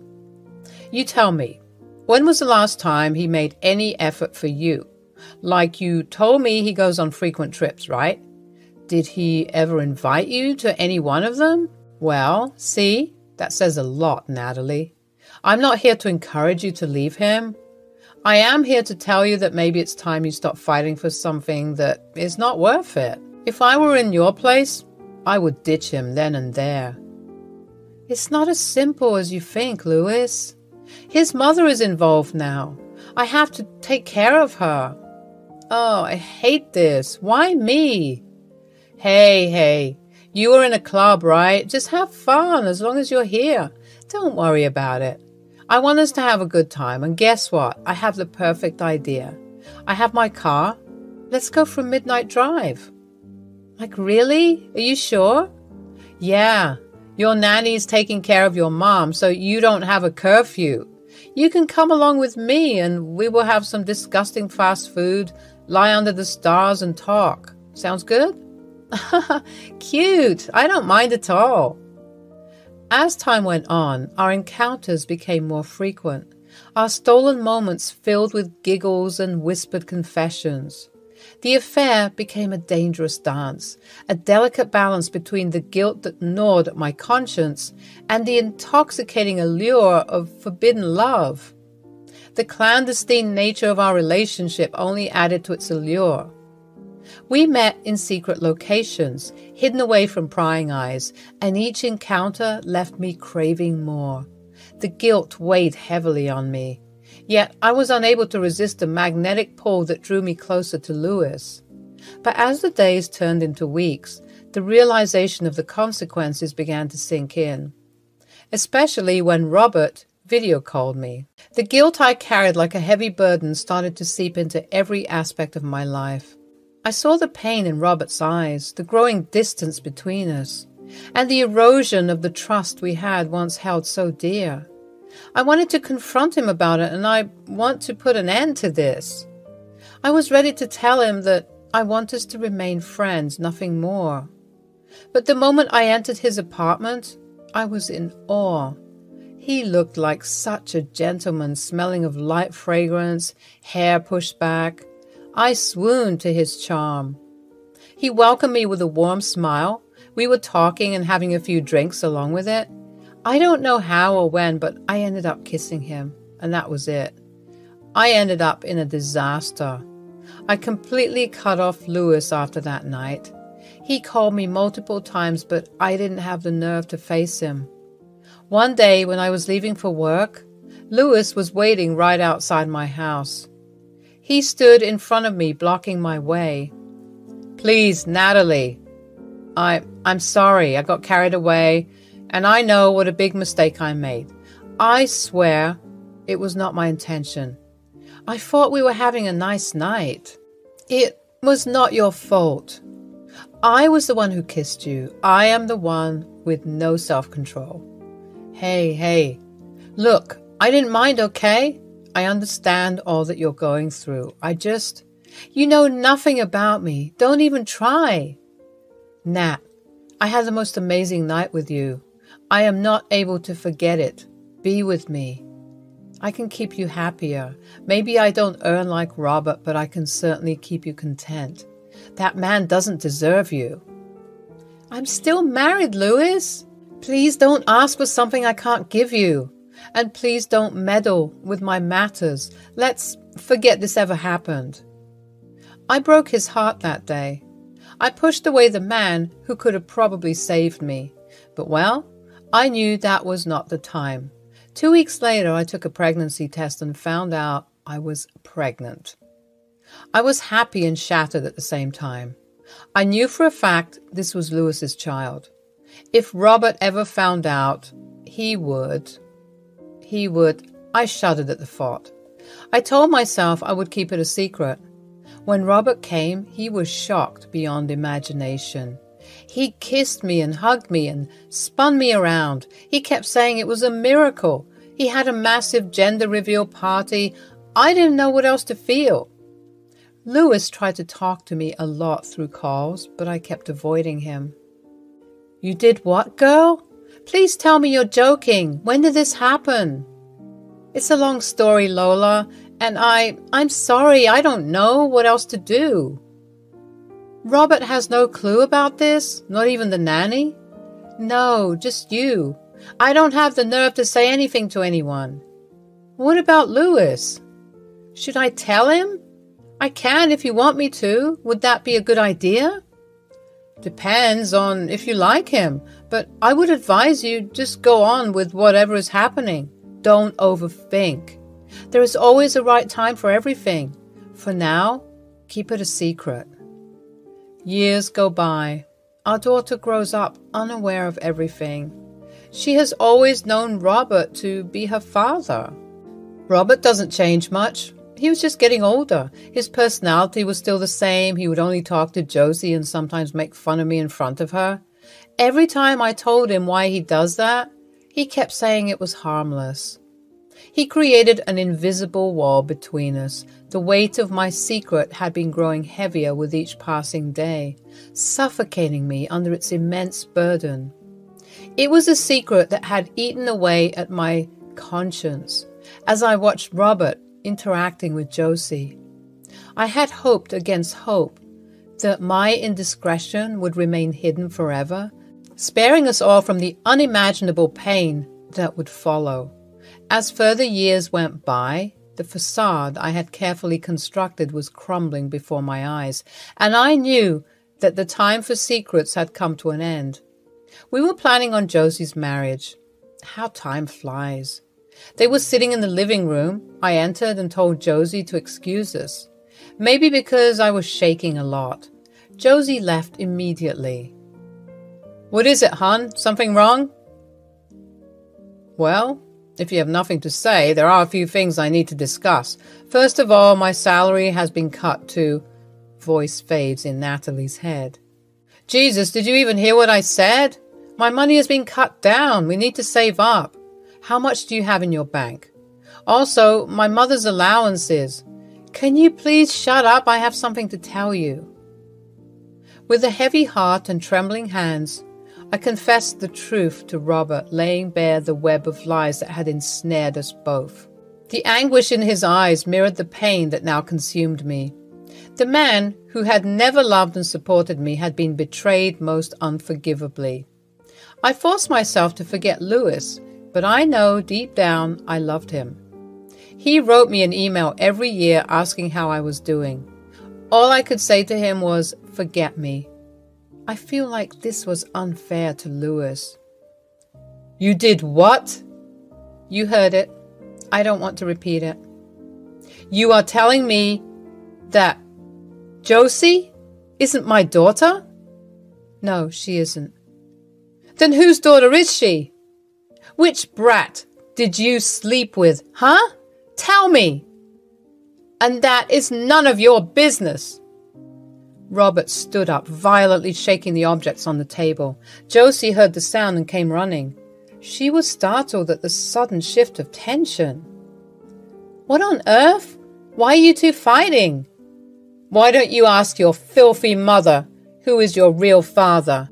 Come on, Natalie, tell your beloved daughter who you slept with years ago. Josie, please. I will explain everything later. No, you will explain everything sentence by sentence, and I want her to witness what a filthy mother you are. Dad, please, stop saying things to her like that. I want things to be settled at peace. I'm getting extremely confused and stressed right now. First, tell me, why did you do this? Why did you cheat on me? You were a shitty husband to me. All those years, you were nothing but a self-righteous, arrogant, unsupportive, egoistic, and unsympathetic man. All you did was protect your pride. But look where that ended up. You know what? I don't regret a single thing I did. He was twice the man you could ever be. Robert was so enraged, he wanted to lunge at me. But the nanny and Josie both defended me. Ultimately, he left the house with a burst of anger. The next day, he sent an email writing that he won't fund anything for Josie's wedding and he wouldn't want to be present. I was feeling extremely bad for Josie, but I knew that I have the willpower to make this a success. I couldn't hold it anymore. I contacted Louis. I told him everything. I made some simple arrangements. I knew how to give this man a lesson. After a week, I called Robert. "Why the hell are you calling me? I've already told you I am not." "Oh no, I just called you to say that I dismissed the nanny. Your mother is probably alone right now, and I have left with my stuff. So the house is freaking yours. Do whatever you want. I just don't give a damn." "Wait, what do you mean you left? And what about Mom's allowance?" "Not my headache anymore. She is a pathetic person anyway. Gave an extremely hard time to the nanny. Plus, all the bills and stuff will be paid by you from now onwards. I am not doing shit. All these years you freaking escaped your marriage and responsibilities. Now, let it come and bite you back." Wait a second, Natalie, honey, please. You know my expenses have gone down? I know. Just like I said, it is none of my business. Goodbye, Robert. I cut the call on his face. The tragic tale ends here. Louis and I met at a pub again, and it was so happy to see him. He was still the same, bubbly, cheery, and romantic. We both planned on Josie's wedding, and it was done at a fantastic location. Though the venue was small and compact, it was still warm and filled with people we genuinely loved. We had a joyous celebration with food, music, dance, and a lot of jumping around. Robert kept calling me. This time, when I cut the call, I felt no guilt whatsoever. I was with my daughter and the man that I love. The most beautiful part was I could reunite Josie with her true father, who walked down the aisle with her. I mean, I know I have a lot of explaining to do, but all that can wait for another time. Hi, I'm Joanne, and this is my story. I currently live in Tennessee. I was residing in Ohio with my parents before meeting Caleb, my husband. I am a married woman of 28. I never thought I would get married after my horrible breakup. I'm into long-term relationships. I was scared of flings and hookups. In other words, I'm a highly committed individual. It was a relationship for over 4 years. He cheated on me with my best friend. I was crazily in love with him, and I thought this would last, but maybe I was not good enough for him. He did the deed right before my birthday. He had been seeing Ashley more often than me. The day it happened, I remember it crystal clear. It was supposed to be a pre-birthday celebration. I was wearing his favorite dress and put on makeup just how he liked it. We planned to drink together and have a little time for ourselves. I invited Ashley because I cared and wanted her to not feel left out. That was the worst mistake. That was the worst mistake I have committed. I trusted her so much, and she completely flushed it out as if it never really mattered to her. All I wanted to do was spend some time after all the stress and everything in my own personal life. A few days after the incident, I received a phone call from Ashley, and she was profusely crying, saying that she was sorry for everything. I was numb at that point. I didn't want to go on with it. "Look, what's done is done. I don't want you to bring it up again. Please, I beg you." I understand. I didn't know this would happen, really.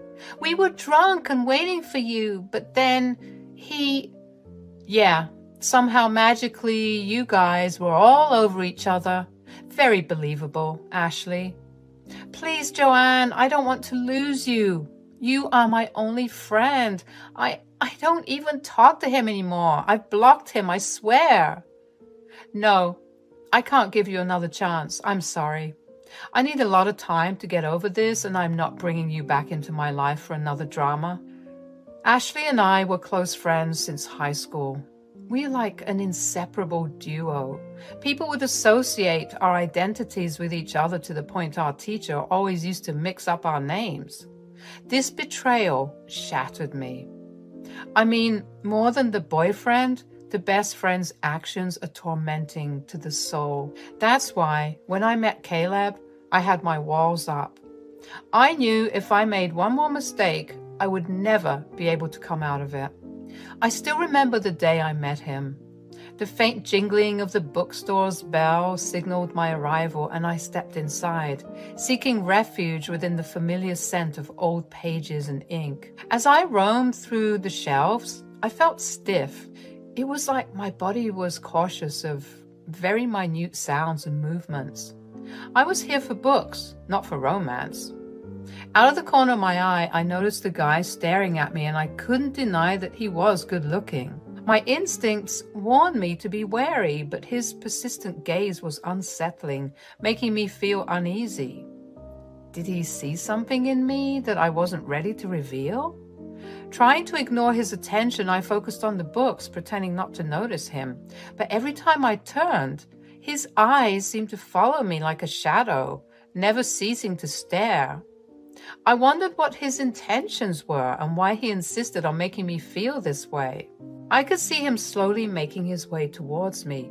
I shifted my attention to my book, pretending nothing was happening. Hi there. Excuse me. Oh, hi. Is there something I can help you with? Actually, yes. I noticed you've been browsing through some interesting books, and I couldn't help but wonder if you had any recommendations. Oh, sure. I'm just exploring some new genres today. What are you interested in? Well, I enjoy science fiction and fantasy, but lately I've been trying to expand my horizons. Do you have any favorite authors or books in mind? I love science fiction too. Have you read anything by Octavia Butler or Philip K. Dick? They are both fantastic writers. As for fantasy, you might want to try Neil Gaiman or Brandon Sanderson. Oh, yes. I've heard great things about all of them, but haven't gotten around to reading their works yet. Which book would you recommend starting with? For Octavia Butler, Kindred is a captivating read that mixes historical fiction with science fiction elements. And if you want something mind-bending, Philip K. Dick's Do Androids Dream of Electric Sheep is a classic. As for fantasy, Neil Gaiman's Neverwhere is a mesmerizing urban fantasy tale. Thanks a lot. That sounds intriguing. I'll definitely check them out. I'm Caleb, by the way. Nice to meet you, Caleb. I'm Joanne. Joanne, would you mind if we talk some more over a cup of coffee? There's a cafe just around the corner, and I'd love to hear more about your favorite books. That sounds lovely, Caleb. I'd enjoy that. The cafe was very beautifully lit, and we managed to find a cozy place for ourselves. My wariness towards Caleb eased a bit, and I could finally feel comfortable talking to him. He was polite and soft-spoken, had his beautiful hair to the side and a cute mustache that complemented his face. Overall, he was really cute. I mean, as long as love wasn't involved, I was on the safe side. I was in desperate need of a friend anyway, someone I can really trust. He and I ordered almost the same kind of beverages and snacks. We looked at each other and laughed. The waitress clearly thought we were a couple, so she insisted to give us a couple discount that was valid for that day. We knew it was a good offer, so we took it. Sorry, I hope you didn't mind that we took the discount. I mean, it was so very tempting. Not at all. I mean, I'm all about getting things cheap. Besides, they wouldn't know. Then I'd want you to try their chai latte. It is super soft and creamy. You would totally love it. Caleb and I were engaged in a friendly chat at the quaint cafe when suddenly the door swung open and my heart sank at the sight of Ashley entering with a friend. I could feel my emotions churning, memories of the painful betrayal flooding back despite her apologies, trying to maintain my composure. I forced a smile at Caleb, hoping he wouldn't notice the turmoil within me, but it was too late. The hurt was evident in my eyes. I could feel the weight of the past bearing down on me, and I knew I had to get out of there before I completely unraveled. Excusing myself, I jolted out of my chair, not wanting to confront Ashley or her friend. Caleb, ever perceptive, noticed my sudden distress and without hesitation followed me out of the cafe. I don't care if Ashley saw me. If she had the slightest remorse towards me, she wouldn't follow me. Joanne, wait, what happened? I'll explain everything later, I promise. I just don't want to deal with it right now. He nodded understandingly, giving me the space I needed. We stepped outside, the cool breeze offering a small respite from the overwhelming emotions inside me. He had to go back inside and request a waitress to pack all the things we ordered. I made a scene. I felt so embarrassed about it. We could have had a nice time, but why today and why Ashley? I sometimes wonder, do bad coincidences happen on purpose to piss people off? There are so many other places to eat, but she decided to come at this one. I ran towards a nearby bridge and stood there panting. Caleb followed me soon after. His hand was full of all the items. Hey, Joanne, how about we sit here on this bench? I'm sorry for the things. I really didn't mean for it to happen. I actually met someone I really dislike. You know what? I have all the time right now. You can share anything with me. I mean, if you want to. I took a breath and started venting everything from the start. I'm pretty sure Caleb was trying to process everything at once. I mean, it can get a little overwhelming. He placed a comforting hand on my shoulder. I understand, Joanne. I can't even imagine how difficult it must be for you. But remember, you don't have to face this alone. And trust me when I say, that guy doesn't deserve you. I mean, who could ever ditch a girl like you for some Ashley? Really? That is really sweet of you to say. You were really understanding for someone I first met. Thank you, Caleb. Well, I know it's not the same, but I do have a similar issue with my mom. She can get on my nerves sometimes. I mean, she was the kind of woman who would make mistakes and then apologize and then repeat it all over again. My dad had a really hard time with her. That is the reason why I'm actually on a small solo trip here. I'm originally from Tennessee. I'm sorry. I didn't know. Are your parents still together? No, they separated ever since I was 15. But Mom refused to leave because she had nowhere else to go and my dad's money was her only source of income. My dad refused to stay, so he left. What exactly did your mom do? Well, she put our expenses on the line with all her impulsive purchases, plus she had a drinking habit. She was not really herself every time she was under the influence.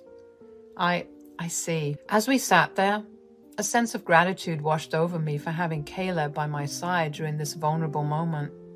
He took the courage and strength to share his own life story.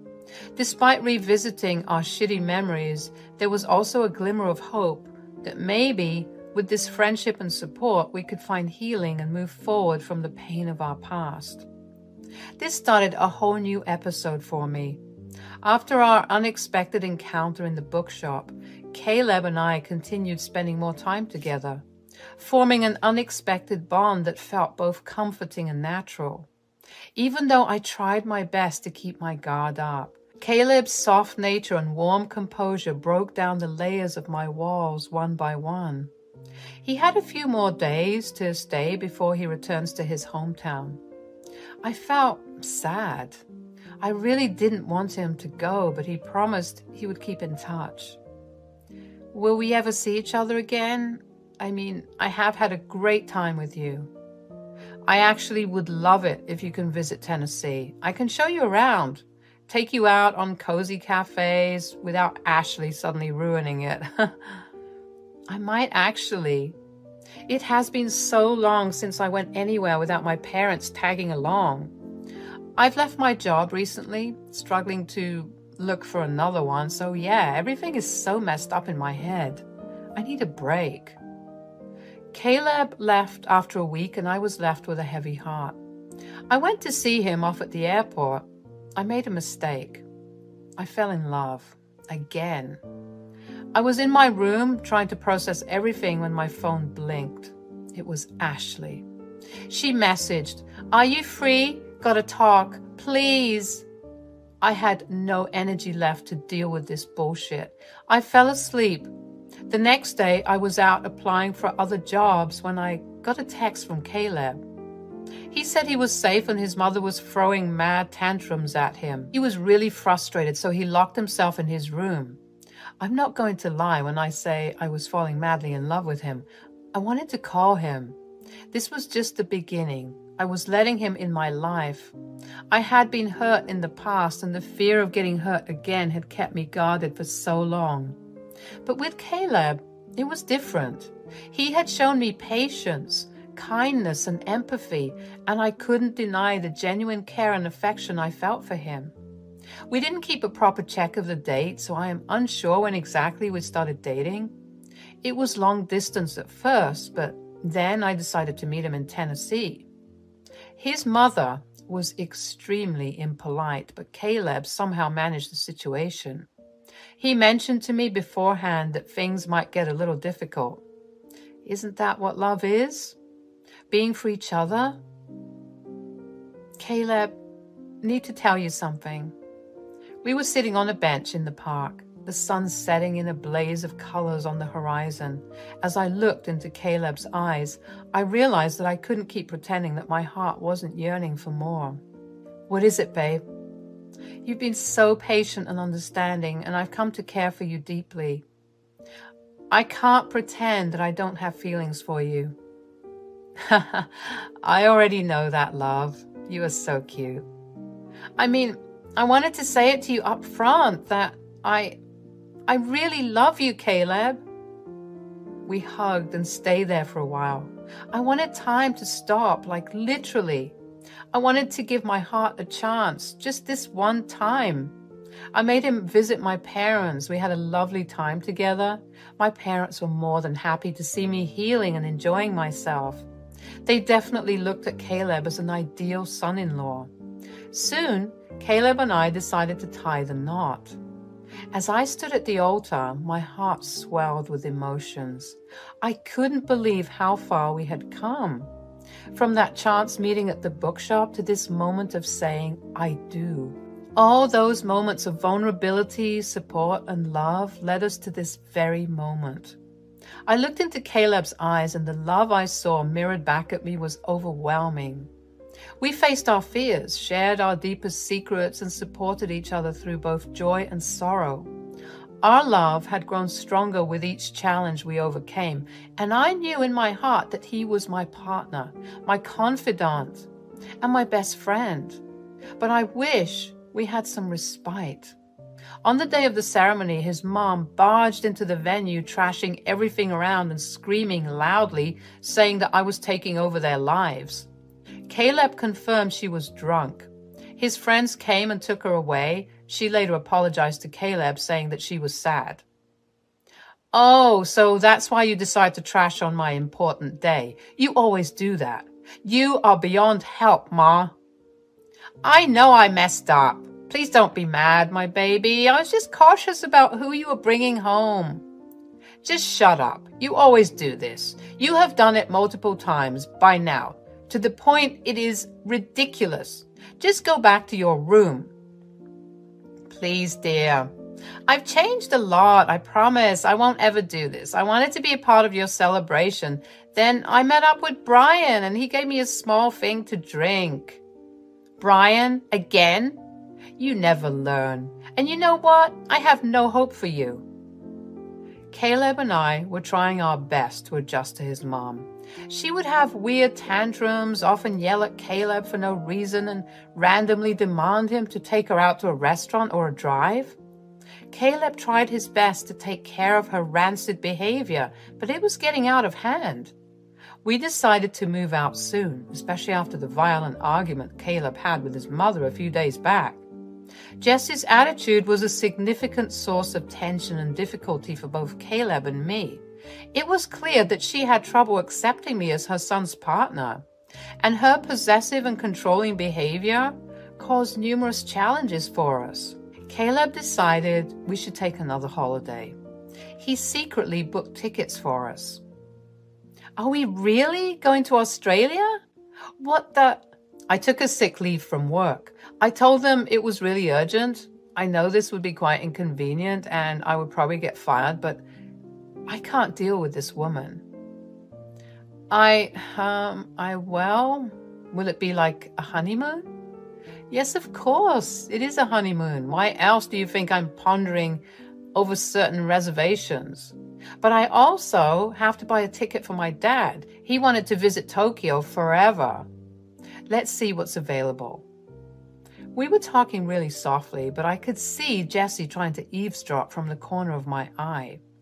Damn, she must think she was missing out. Ever since that day, she would insist on spending more time with her. I mean, I wouldn't really call that spending time. It was more attention-seeking. She would barge in on us while we watched a movie together or wanting to join us everywhere we went. Caleb told me to be very careful not to leak any information about the trip. But I had some other plans in my head. I wanted to see what happens. So one evening when I was sitting alone on the couch, she came and sat right beside me. So, are you guys planning to go somewhere for, honeymoon? Actually, yes, we were. Either Japan or Korea. I mean, you can give a little bit of advice on which would be the best. Either one sounds good. I would suggest Japan. That seems just like the place for boring couples like you. Boring? You heard me. When I was your age, I was quite the stunner, and men used to flock around me in a snap. We had parties and booze and long drives. Quite the days. I would have been a free eagle if not for his wretched father. Stupid man, manipulating me to have feelings for him. Disgusting. I see. I'm telling you, woman, falling in love is trash, and it won't get you two anywhere. Caleb is just a bird in your cage, trapped and flightless. So freaking boring. Okay, enough, Mom. Leave us alone now. I turned around to see Caleb was back with groceries. He looked worried and angry, and he wasn't happy with Jessie sitting next to me. He put the groceries on the table and pulled me by the hand and took me to the other room, away from the mother. He tried his best to separate me from Jessie as much as possible. He told me he was looking for a different apartment. We would leave this house. He just couldn't bear living here, even for a second, especially now that I'm part of his life. A few weeks later, we were almost on our way to Australia. We were happy, excited, and relieved. I could finally see Caleb's eyes twinkle again. Also, I sometimes wondered, will his mom really follow us? Because if she does, she would have quite the surprise waiting for her. It's been 3 days since we were in Australia. We were roaming around, seeing places, when suddenly Caleb got a missed call. It was Jessie. At first, Caleb wanted to avoid, but I nudged him to attend it. When he called, he was baffled by the amount of swearing he had to hear. Apparently, Mom did book a ticket to Japan from LA. She was standing at the Japanese airport when she called Caleb's father desperately. He said that we were in Australia. Now she doesn't have enough money on her to buy a ticket back home, so she requested him if he could manage to get her some. What a woman. I laughed my guts out, but I was scared that Caleb was going to get mad at me. Was this your doing, babe? I'm sorry. She was asking about it, so I lied. I really didn't expect she would actually do that. Oh my God. I'll apologize to her. Nope, no need. You are a savage, baby. Damn, I never thought you had it in you. Wait, you're not angry at me? Of course not. That woman probably deserved it. But now the question is, should we give her the cash to come back, or should we let her have her fun? I think she should have a chance to be free. She was complaining about that a lot lately, so yeah, let her be there. Later on, we found out that Caleb's father met up with Jessie there. Caleb spoke to him regarding it and told him to be with her until we confirmed her tickets. After that, we really didn't bother knowing what went on. We were busy having fun ourselves. From that point on, Caleb and I embarked on a journey together, navigating the waters of our feelings and emotions. We took each step with caution and care, understanding that healing and growth took time.